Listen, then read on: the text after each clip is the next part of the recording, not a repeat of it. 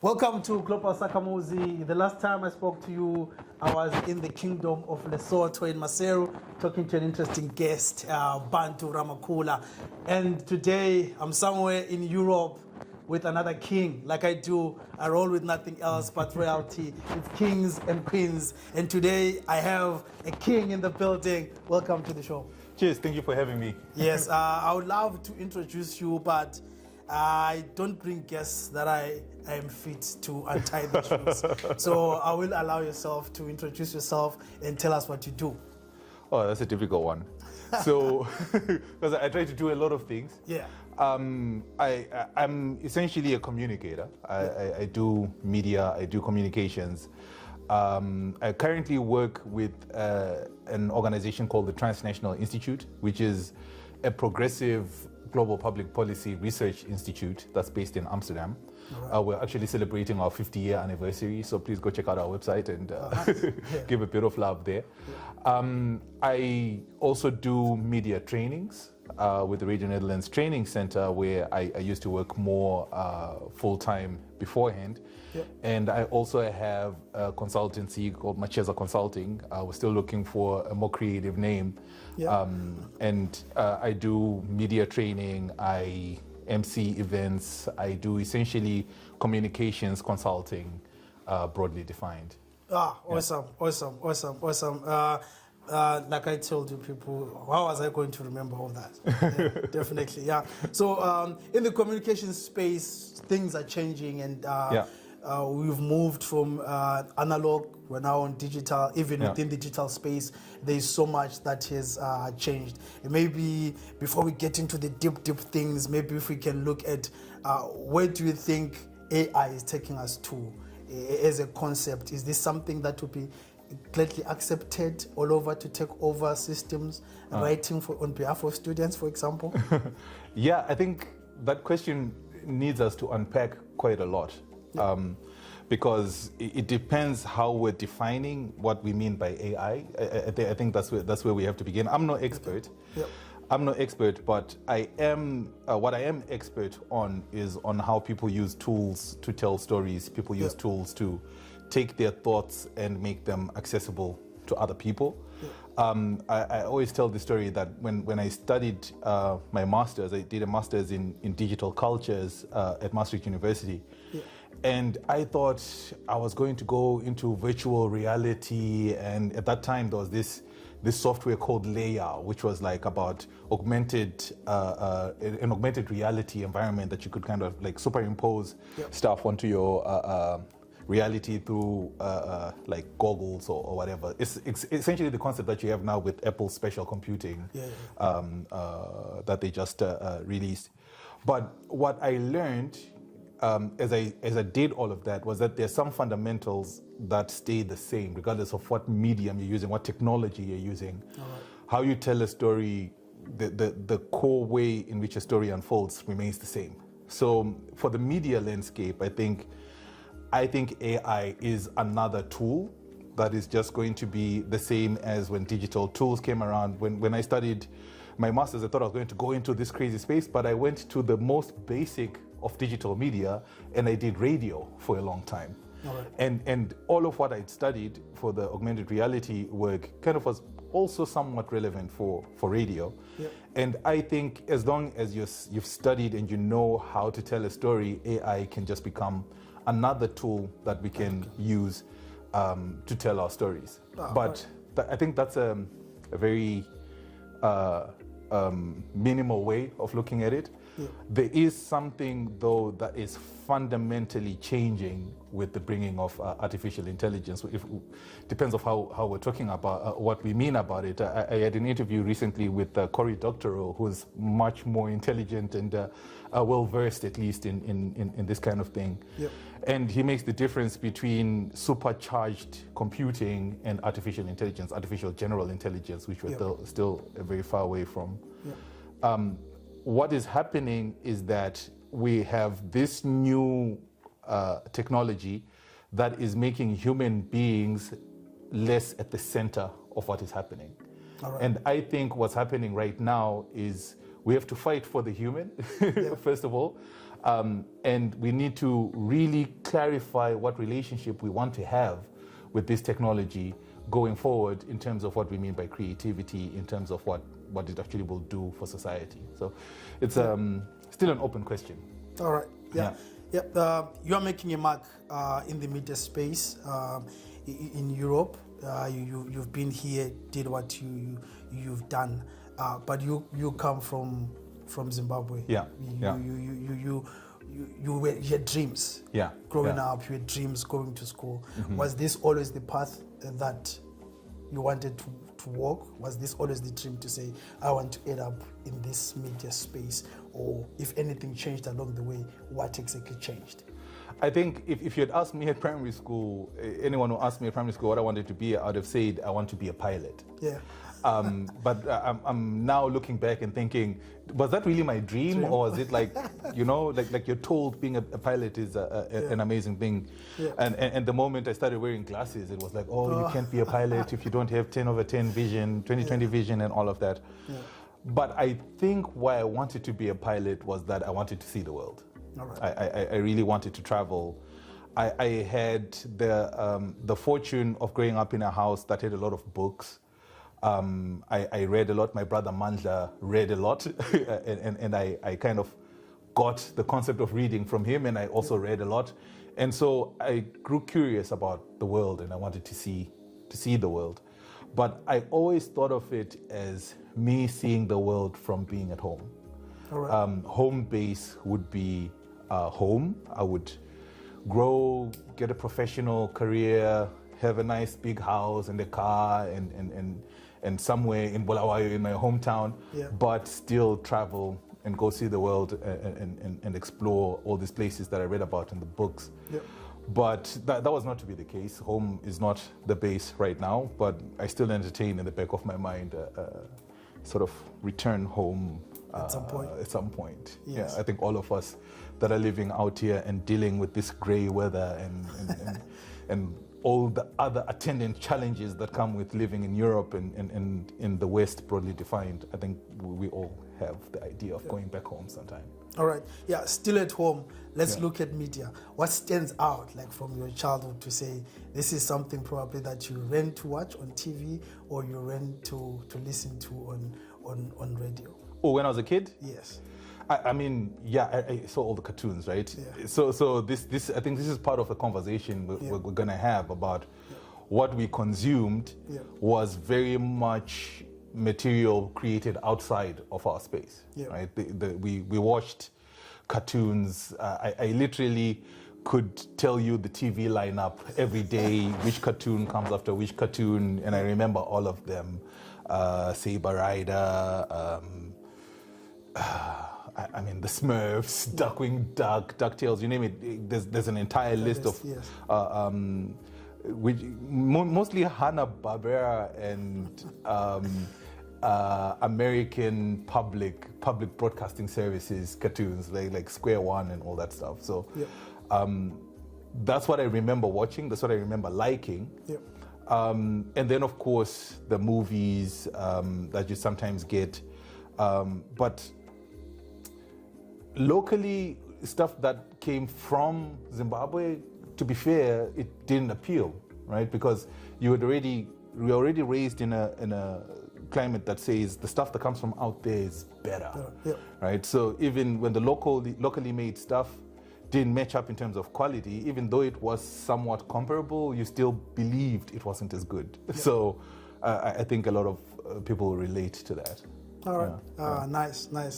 Yeah, and then I remember that off camera we spoke about African movies, Nigeria coming up with African movies and flooding the continent. Mm-hmm. Maybe to start off with, let's look at the media in Africa. Mm-hmm. Do you think it has grown from where it was back then when we were watching?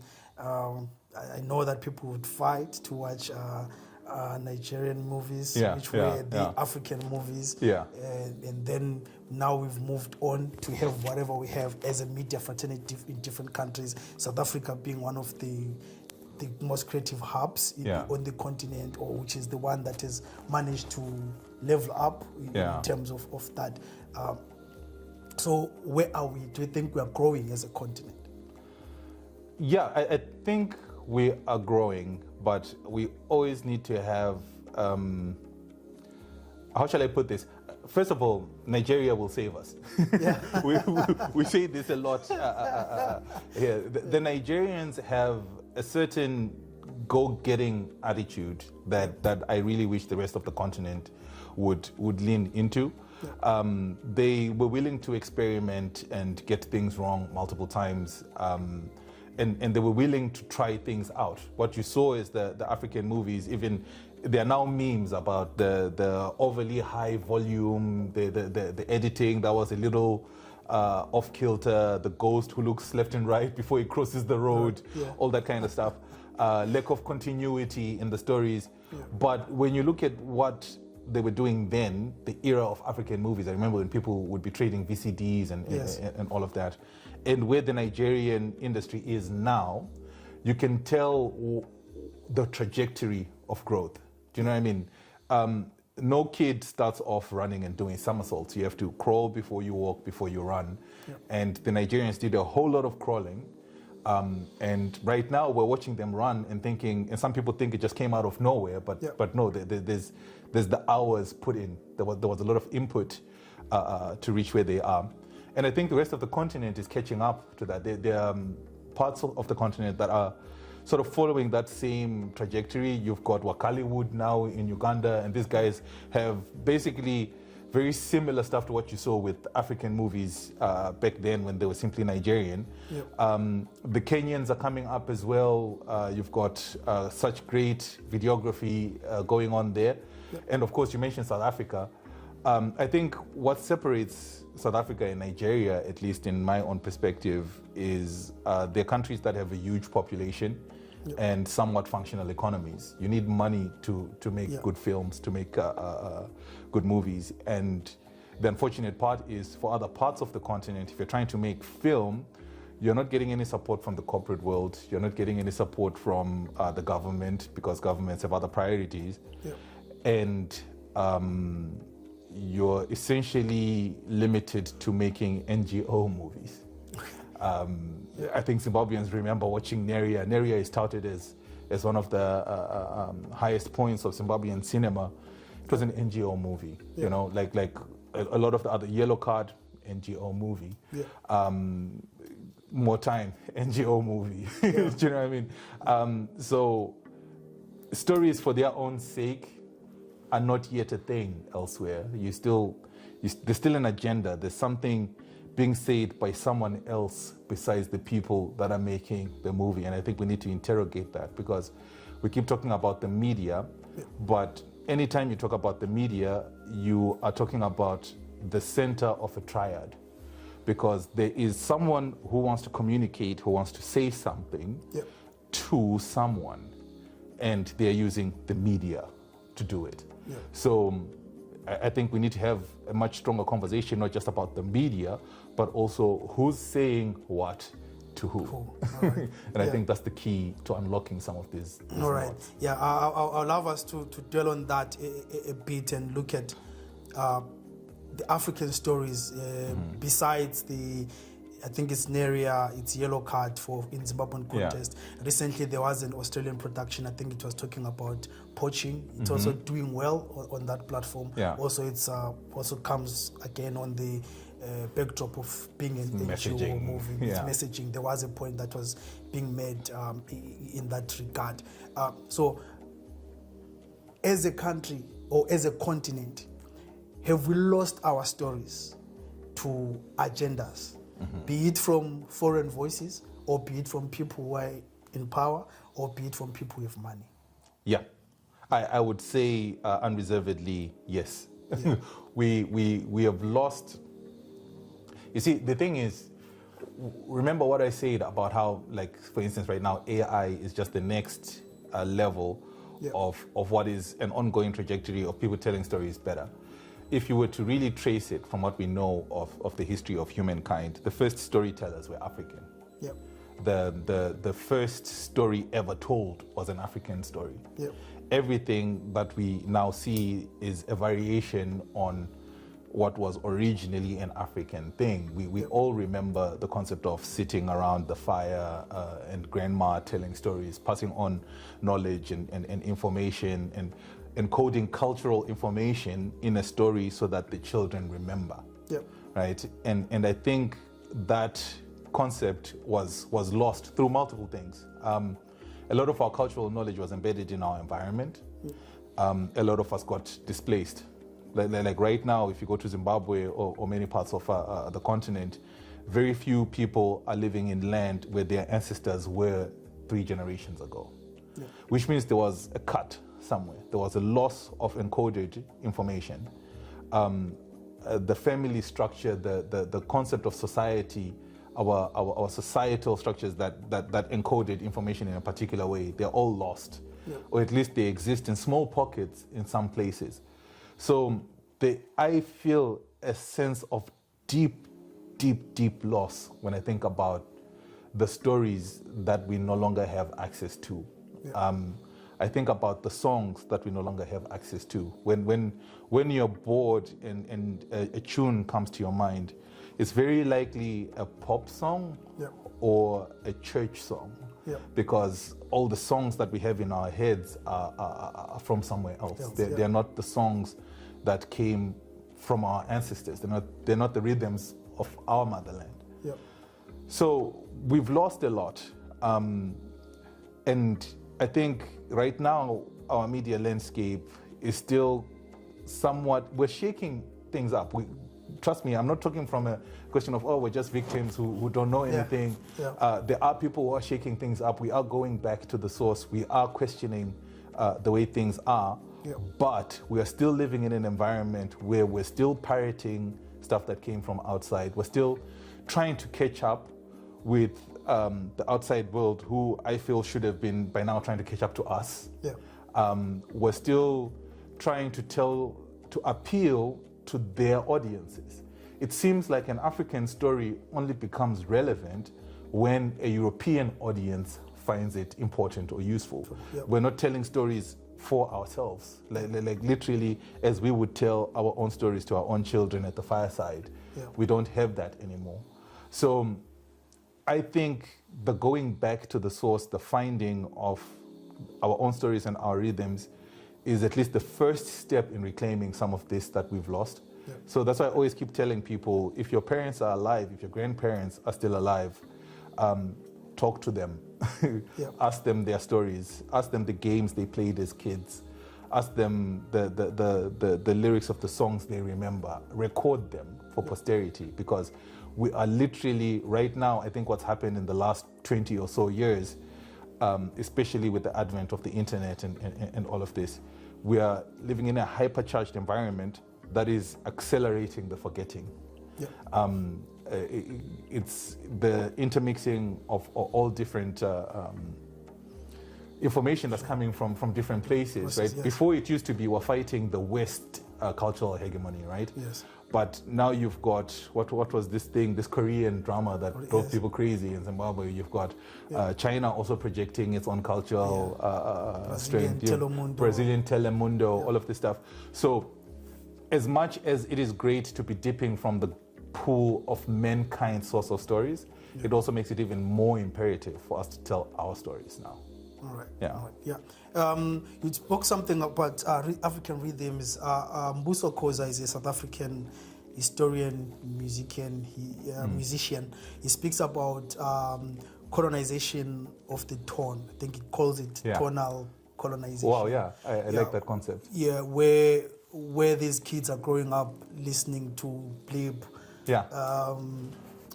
Paw Patrol, even some of the certain African cartoons, which already have a Western sounding music. Yeah, so when you play something African, those kids they don't like it. Yes, are disconnected from that. Mm-hmm. So they grew up as pop stars. They grew up as Taylor Swift or whatever, and then they don't have anything that comes back from home. Yeah. What do we do here as guardians of different media in our own small capacities, and also as parents. But what do we do to try, by all means? We won't say don't listen to pop to our kids, obviously. But what do we involve that element of saying there's umbaqanga, there's this kind of sound, this chikicha, it's also a nice rhythm. How to incorporate it? I think African culture has never been solipsistic, like as in looking into itself and never accepting things from outside. I think it was actually part of our downfall to be so open to new things and to be willing to incorporate them into our space. Like when Africans are standing around in a circle dancing, all you need to do is stand outside the circle and the space will be open for you to join the dance, right? But what we've done is we're in a circle dancing and then somebody comes in and we stop dancing and now it's their dance when it was ours. Do you know what I mean? I think that's what it feels like. So we need to always remain open to new influences and new stuff. This is how culture is dynamic, and it's not like static and carved in rock. But at the same time, we need to remember to keep dancing. We need to remember our own dance. And this means that we need to be exposing our kids to the sounds of where they come from. We try, even here, I have my daughter here, I'm not so sure, you might be hearing her snoring in the background because she's right over there snoring. We try to expose her to the sounds of home to make sure that she knows there is a home she comes from, that there is a language she has access to, that there is a history that she can tap into. What's happened is there's been an unrelenting, ongoing assault at African cultural pride and African understanding of our place in history. And so we need to fight really hard, first of all, to acknowledge that we have a history. We didn't just come out of a darkness when the Europeans landed on our shores, all of a sudden we exist. No, we have been telling stories, we have been making cultural products, and those cultural products are part of our own way of storytelling. We need to give importance to our own way of doing things. So yes, a novel is a great way of telling a story, but so is a song, so is a dance, right? And maybe some stories were not written in words on a page, but they were written on a whole series of sculptures, like what you have with the Benin bronzes, which they must bring back, by the way. You have all these different ways that we encoded our own cultural knowledge. But what happened was Western anthropologists came and they said, this is useless, we're going to take it, we're going to sell it for millions, we're going to trade it in the back door of museums and galleries all over the world, but it's useless for you. It's useless for you. Do you know what I mean? So when you read actual African historians, the first thing, the one thing that holds true, our ancestors encoded our stories for us in the way they best knew how. We need to get back our artifacts. We need to get back our capacity to read those artifacts, because that's where our stories are. People say we feel like we don't have stories to tell in Africa, but that's because our stories are elsewhere. We need to look at the Benin bronzes in a particular way. We need to look at our sculptures and see the story our ancestors were telling us. Do you know what I mean? So that's why for my child, at least, I try to make sure that we have African artifacts. We have, it might not be exactly how it was done in the past, but we need to approximate it. We need to tell her those stories. She needs to see those artifacts. She needs to know her place in that broader story of Africa. And I think each and every African's duty is to do so, to surround themselves with Africa, to reclaim what is lost. Sankofa, go back to the source. Find what was lost, and in it you will find the strength to project into the future. Because no matter which way we look at it, the future will necessarily be African, simply because the future will be African. But Africa has to first believe that herself. And how we educate our children, how we show them their space in the story, that is only going to speed up that African future. Going forward, I understand at a micro level, that would be an amazing thing that people could take up and also try to emulate and do what they can. But we have the media that I will call you an expert in it. How do we use social media? How do we use websites? How do we use the things that we have to make sure that the African story is told by Africans? I think the crisis that Africa currently faces in general is a crisis of a bifurcation of self. We straddle two worlds. And I think what you recognize is that people will go to work and do their work, and then they leave their work and they come to real life. People will go to do their media work, and then they will leave the media work and come back to real life. So we are not one with self. I think we're relating to the tools of the media in a very separate from self way. Impersonal. It's impersonal. We don't feel that what we have to say. I mean, you can correct me if I'm wrong, right? This is an anecdotal experience for me, that we separate our real life from what we put out. And I think when I talk about going back to the source, when I talk about actually becoming the center of our story, we need to use those tools for ourselves. So you'll find that somebody who's a great videographer, and they'll go and make an amazing video for an NGO, but they've never tried to express their own thoughts using those same tools that they've done for that NGO. Or you'll find that somebody writes a really great script for a film, but they never actually say, it's difficult to put themselves in the story. So my first appeal to media practitioners, this is something I try to do when I do media trainings and all of that, is to look at yourself first to tell your story. Your story is valid. Your experience is valid. Your way of seeing the world is valid. We need to stop looking at the world from a center that's defined outside of us.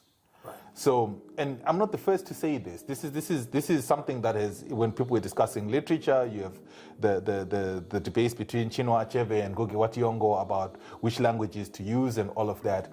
And you put in the idea that with literature, people had to be literate in a particular language, but with film, you can talk to people in the language they understand. And as Sebene Usman also said, right? This is why he started doing film. He was writing, and he was like, "Oh, my people can't read all of this stuff, so I'm going to put it in film." Now your film studio is in your phone. You're using your phone to record voice notes. You're not making podcasts. You're making video recordings of weddings. You're not telling stories. I think we set the threshold too high for ourselves because we think you need to have a super professional studio to tell a story. But what you're seeing from other parts of the continent, at least when I'm talking as a Zimbabwean here, is people are doing what they can with the little they have. You have 2 smartphones, and that's enough of a studio to make a film. So what we need to do in our media landscape is, 1, speak from our own perspective. Stop making movies, stop making stories for external audiences. Let's make stories for ourselves, for the fun of it, if it begins there, and then we build from there. And then second, we need to lower the threshold of entry into the production space. We consume a lot of media as Africans, but we need to start producing media, and the availability of the current technology we have means that we are able to now join the conversation. And I'm not saying this is not happening. It's great. You see a lot of people making skits, people now producing media and sharing this stuff on WhatsApp and all of that. And all I'm saying is we need to level that up. We need to have more people producing that. When it comes to professional journalists, this one might be a bit controversial, but I think we always have to ask ourselves, as I say it again, who's communicating what to who? Our journalists are very much like our scientists, very much like our sociologists, very much like most of our experts in the African space, who simply operate within a particular Western ideological structure and everything that we're doing is essentially made to support that structure and maintain a status quo. That structure is, to simply state it, is Europe and America are better than anybody else. Stat, we begin there. White people are better than the rest of the world. That's it. Capitalism is the one way to run a society. That's it. Finance and money are the things you should be striving for. That's it. The human being is an individual who is self-maximizing, and society stands in the way of the individual. That's it. These are Western rational ideologies that we have simply inherited, and thus we continue to operate within them. And they don't allow for creativity of thought outside of them. Do you see what I mean? So you actually find it difficult to say anything outside of that accepted wisdom. And I think our professionals and our experts, I count myself in that, because I am in a journey of unraveling, in a journey of unlearning a lot of these things that we hold for granted. We need to step out from this is the way the world is, the way it's been structured for us, because it maintains a status quo that has kept one small part of the world living in the lap of luxury while everybody else suffers. And we all see it. We all are like, something's wrong here. Why are the resources going that way? Why is my culture a superstition and yours a religion? Why is Belgium a nation and Ndebele a tribe? Right? It's small things. It's the way the language is used. It's the way we structure knowledge, the epistemologies of the people. We first saw the world, and we described it. Our ancestors were scientific in their understanding of the world. They structured society in a particular way, but we are taught that they were savages and didn't know anything. There's an agenda there, right? So we need to tap into our own wisdoms and tell the story from where we come from. And the media is how all of these experts get to share this way of thinking, right? So the journalist, the filmmaker, the storyteller, they're actually the most fundamental part there. They are the most important, because how we as children saw the world through the screen is how we're experiencing it today. And I think as journalists, we need to really take the time to think about which reality am I projecting? What are the things that I'm taking for granted? Who was it who said, if you ask a fish to describe everything around him, the last thing he will describe is the water. And right now, if you're to ask me to describe this room, the last thing I'll describe is the air. There is a particular air that the rest of the world is living in. That air is the air of white supremacy, is the air of capitalist realism, is the air of a hierarchy of societies, which places Africans at the bottom and Europeans at the top. We need to say this because we experience it. We see it, but we go out and we tell stories and we pretend that is not the case. Do you know what I mean? So it might be controversial, but I think we do not have the luxury of time to keep living in a lie. We do not have the luxury of time to keep pretending that the world does not need a particular type of fixing.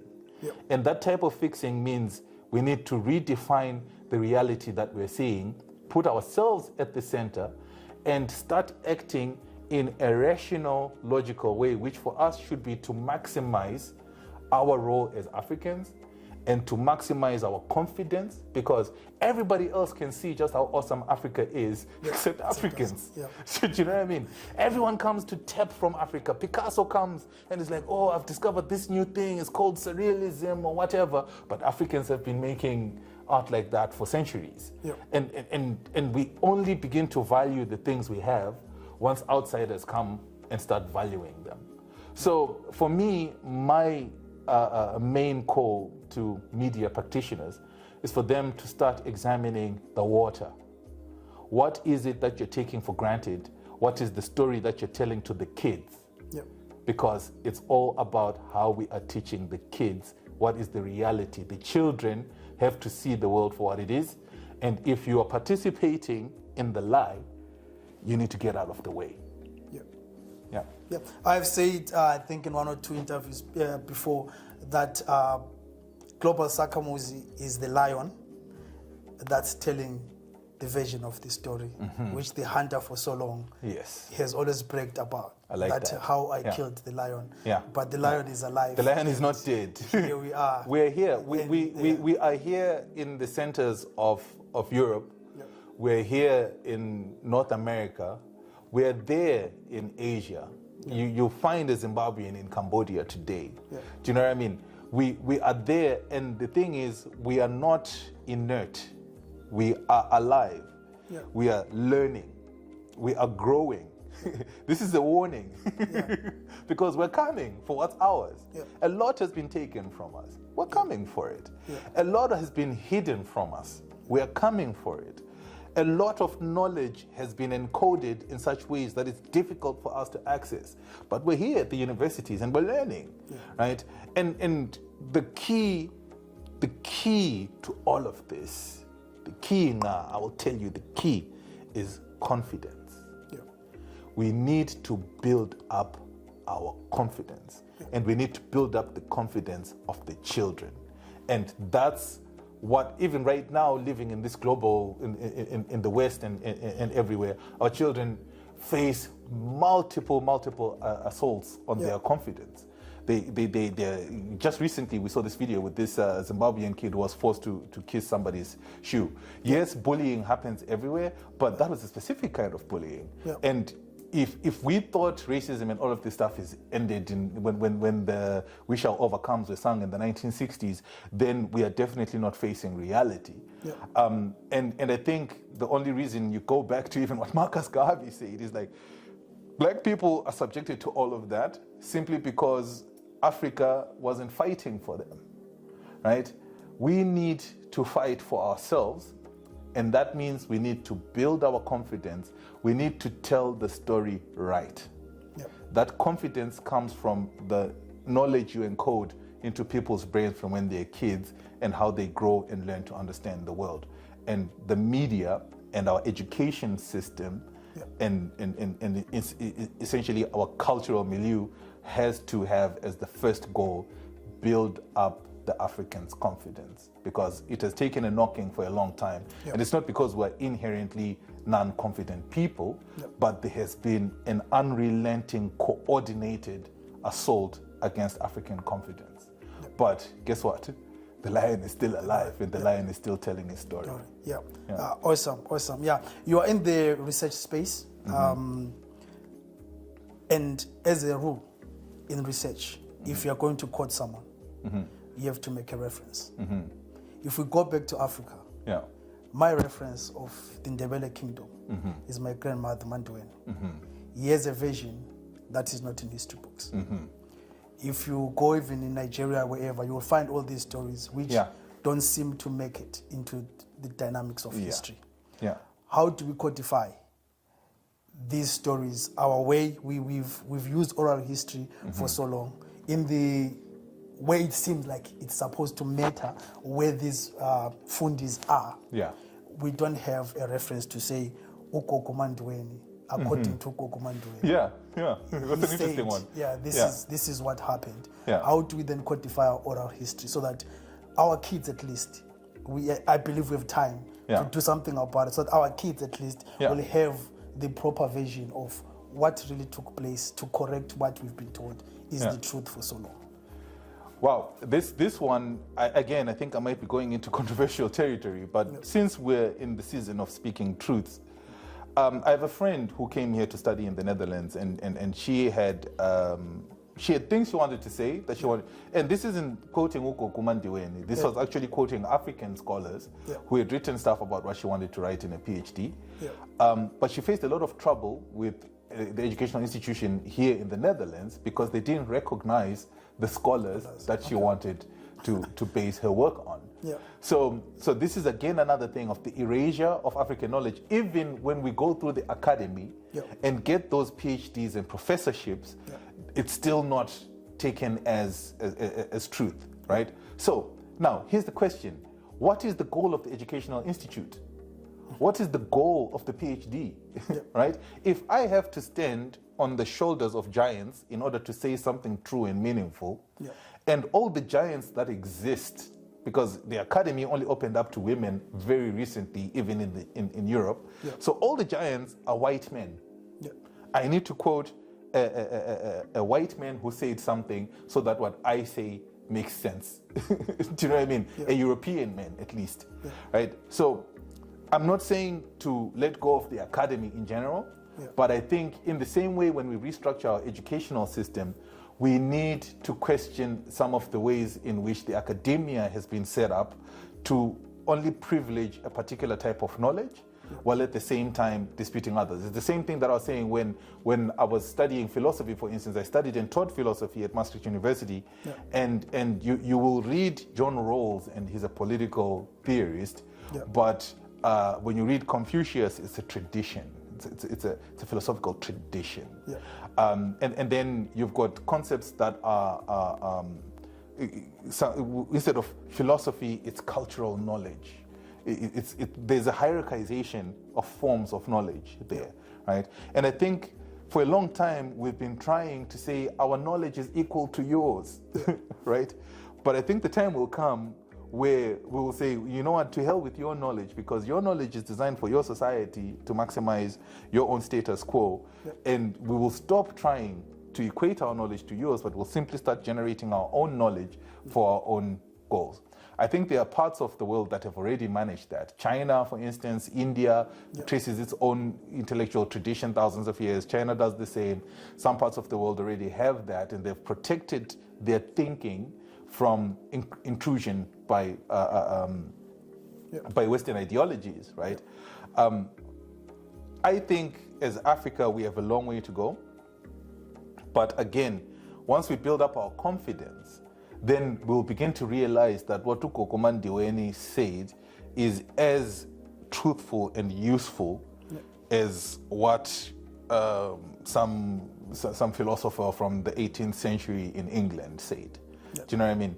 So it all comes down to really, what are we generating that knowledge for? What is the knowledge supposed to do? If the knowledge is supposed to create a good thinker, a good worker within a capitalist system who will carry through the status quo in the way it currently is, then great. But if the knowledge is supposed to subvert that system and create a new system that privileges African ways of seeing, African ways of thinking, then we will start privileging our own ways of understanding the world, and our elders' wisdom will once again be as important as it used to be. So is it a practical answer I just gave you? I don't know, but I just thought out loud, and I hope it's useful. Yes, I believe it's useful. And then you've spoken of capitalism quite a number of times. I would love to bring in democracy in there and all the other aspects that the world seems to aspire to be, and also seems to be a dream for Africa to be one day, be democratic, be capitalist, and whatnot.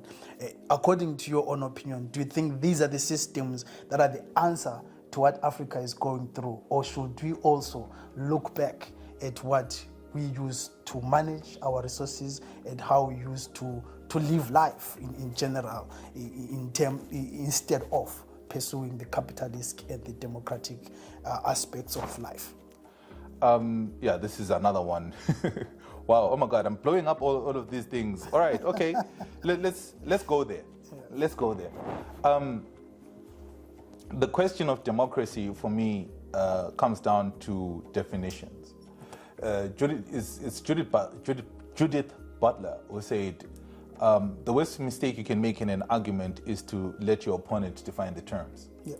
And what's happened is that we have allowed the people who came and colonized us and removed systems and structures that had held our societies for centuries, right? They came and they destroyed them, and then they said, you have no systems, right? And then they then come and say, oh, this is how you do democracy. But idale lenkosi, where each family is represented by its patriarch, where everybody has an input into the conversation, where you have units of governance that are small and then they add up to a federal system. There have been multiple forms of social structure in Africa. You can go. The mistake people make is to say, well, Africa also had similar systems that operate like the West. So you can talk about the Edo Kingdom of Benin, for instance. People talk about the Nigerian kingdoms and they say, well, they equate what the West has. But I think the problem is we're still trying to use the West as a yardstick. Do you know what I mean? At some point, we need to let go of the fact that what the Europeans, who happen to be the youngest of mankind, came up with to say this is the best thing that has ever existed. When the thing that they came up with, this democracy, has led us in the space of a couple of 100 years to the precipice of environmental disaster, to the highest levels of global inequality that have ever been seen, and they are currently right now destroying parts of the world for that democracy. Ask a Palestinian how they feel today. Do you know what I mean? So I think we need to be bold enough to say, there's a song I really like, Message in a Hammer by Obongjaya, the artist I showed you earlier, and it's like, sometimes to build you have to destroy. And to destroy doesn't mean you're going berserk and just destroying, but it's to say, I do not want to think within these frames that you have given me. I want to be able to go back. And going to the past is not to say the past was ideal and all of that, but it's to say there was a way of doing things that worked for my people that you have denied me access to, right?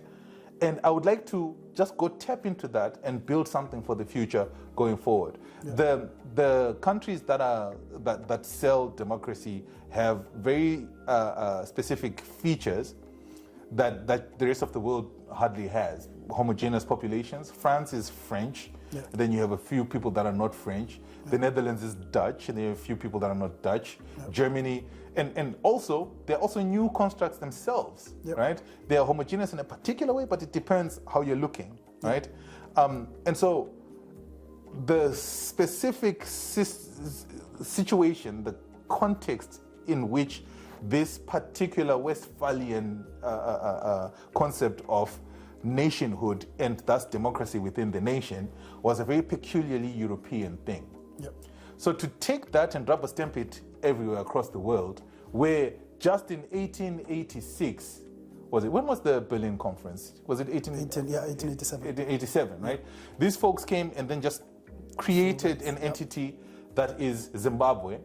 And that same entity has to now operate according to the same principles that an entity like Ethiopia, that has centuries, millennia of history, right? That they're supposed to operate in the same way. And then you take from Ethiopia, you then go to Italy, which has been Italy for a long time, and then they're supposed to operate the same way. The thing that I think I'm taking the long route towards is that Western universalism is a lie. The West is not the best. The West is not the universal human. The West is not, what the West does is not necessarily what everyone else should do. So currently the struggle that we're having with democratic entities, with entities in Africa in particular, trying to practice democracy, is we structured our societies differently. There have been multiple treatises written about this. So I'm entering into very, very murky space here. But I'm simply saying that we need to be bold enough to envision the world in a way that works for us. That doesn't necessarily say how the West did it is the way we should do it. Practical answer? I don't know, but that's my answer. All right, before I let you go, just one question on the role of government in Africa. One, is unity necessary in the continent? And then secondly, what's the role of the government in the media space? What should they play in this whole, everything that we've spoken about today? What is the role of the government? Do they have any say in making Yeah. this media dream a reality. For example, we have 100% local and whatnot policies that are thrown around the continent. What's their role and how can they usher in, or are they relevant at all in the media space? Yeah, let's go there again. Currently, what you're seeing with these things that are called governments across most of the continent, they are merely middlemen used by global transnational corporations and the West broadly defined to facilitate free trade, open trade, which is essentially the extraction of resources from Africa to fulfill the needs of the West. It's a very broad statement, right? Yes. But if we were to go into specific instances and look at it, you'll realize that what's happening is you have leaders whose main function is to please the West. And if you don't please the West, the thing is, we know that what happens to the leaders who don't please the West. Do you know what I mean? We have a whole list. But when somebody pops up and says, I'm doing this for my people, things don't go well for them. Right? And we've seen this happen multiple times. So those that things go somewhat okay for them, we need to question, right? Just in general.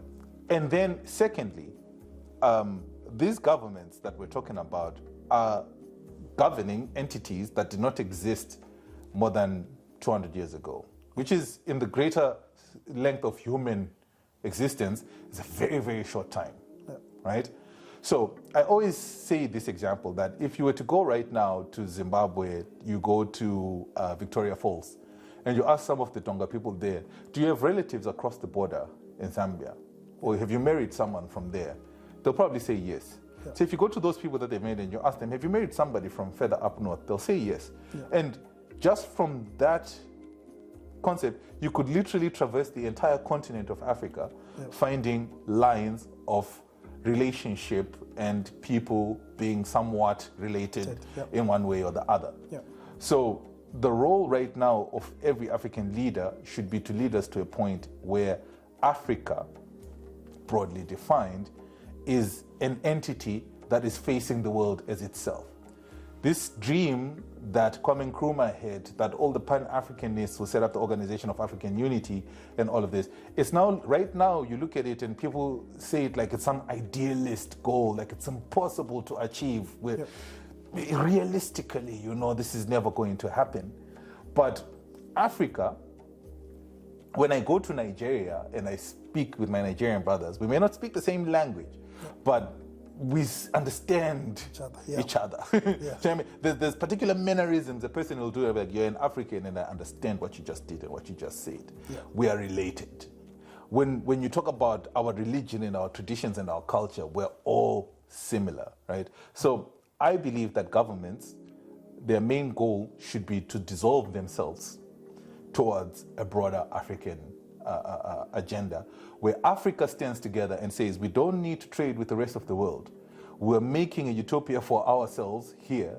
And when we are done, when we have extras, we'll give you something. Right? But unfortunately, right now, we are all looking outward and not looking within ourselves. So it's an idealist vision, but I think success comes to those who know that life is first born in thought, who seek vision before the deed and conform the deed to the vision.